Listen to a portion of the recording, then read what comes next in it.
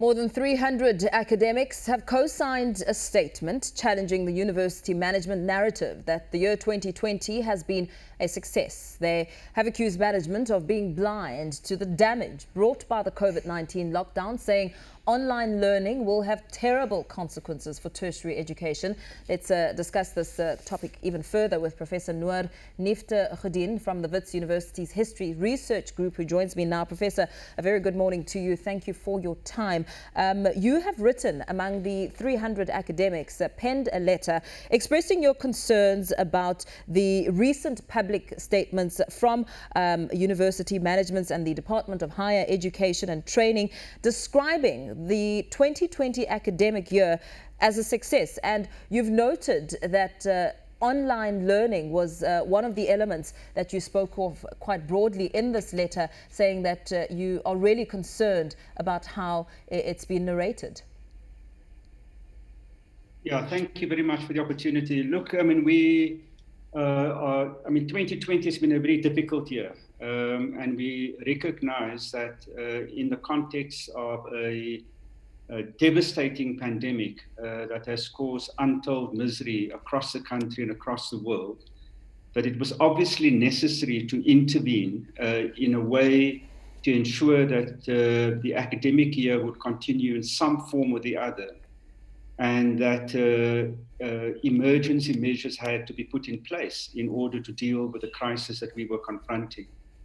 What we are concerned about are the long-term consequences of a view that seems to be developing both at the upper echelons of universities as well as in the Department of Higher Education. A few weeks ago, Minister Blade Nzimande remarked that the pass rates have improved in a number of universities.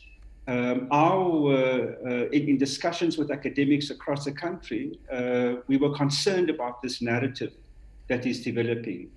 Secondly, it also seems in discussions with colleagues across the country that the view that was expressed by the minister is being echoed by the management of universities across the country in different ways, but the idea that is being expressed is that the pass rates have either been similar or they have improved, and therefore there's a narrative developing that the academic year has been a success under the circumstances of the pandemic.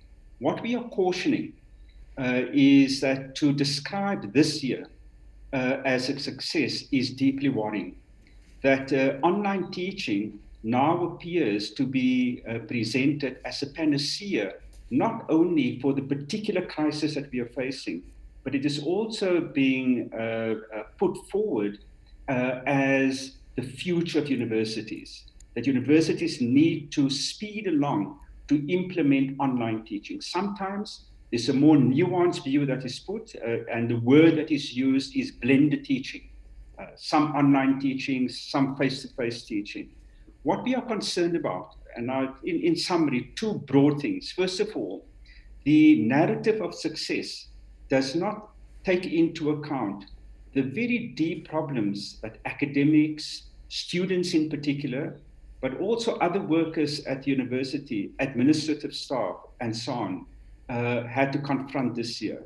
There are many, many stories that we as academics have had to confront in dealing with our students: trauma, mental health issues, social problems, poverty.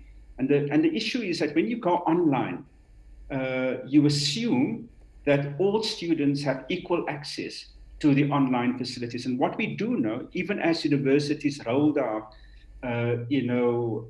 laptops to students, the reality is that most students in the country live in quite poor conditions. And access to online, be it Wi-Fi or proper computers and the like, are very difficult for the vast majority of students, and therefore the rush to online teaching amplifies the inequality among students. That's the one set of problems. The other set of problems about the idea that we should rush to online teaching is that it in fact challenges the very essence of universities. Because what are universities? These are places, and in South Africa we have public universities. These are places where students come together, where they sit in lectures, they're in seminars, they're in tutorials, they discuss with one another, they're in clubs and societies.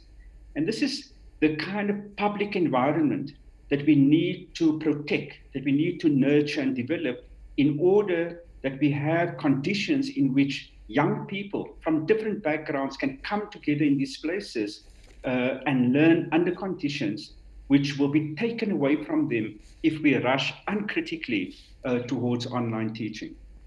Professor Nif Tahadoon, I'm quite interested in getting some sort of understanding on how this narrative of 2020 being a success at universities may have come about.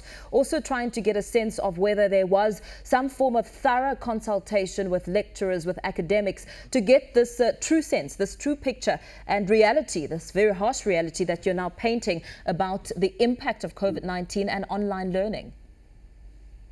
Yeah, this is a very important question, and I think that there are probably at least two dimensions. I think in the first instance, we've had a very difficult year, and I think that there's probably a desire to paint a less than gloomy picture, to try and look for the silver linings in the massive dark clouds. And I can understand that, right? We've all had such a difficult year that it seems necessary to point to glimmers of hope.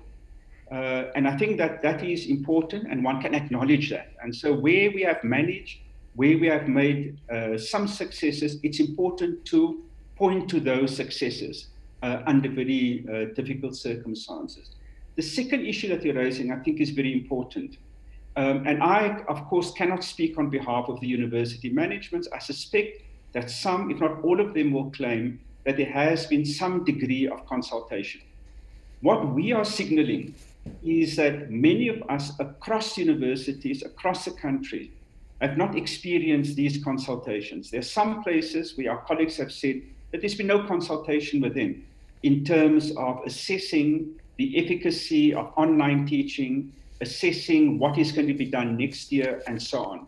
And so we are worried that a trend is developing that under the conditions of the pandemic, there was a need to have some blended learning, to implement more online teaching, and that without proper consultation, there will be a rush to implement more online teaching. And for us, this is a worrying trend of a lack of consultation, lack of participation. And these are critical elements in what makes a university a university. These are spaces of critical engagement, of research and the like. And one of the things that we would call for is that there needs to be more thorough consultation, more thorough research on the impact of online teaching and what the consequences are for teaching, learning, and research, not only in 2020, but in 2021 and beyond that. Because next year is going to be, by all accounts, it seems, probably as difficult as 2020. And therefore, the appeal that we are making is that there should be more consultation, there should be more participation. Very well. Thank you so much for your time. Unfortunately, we've run out of time. That was Professor Newzroom Afrika from the Wits University's History Research Group, talking about how academics are rejecting the claims that the 2020 academic year was a success for universities.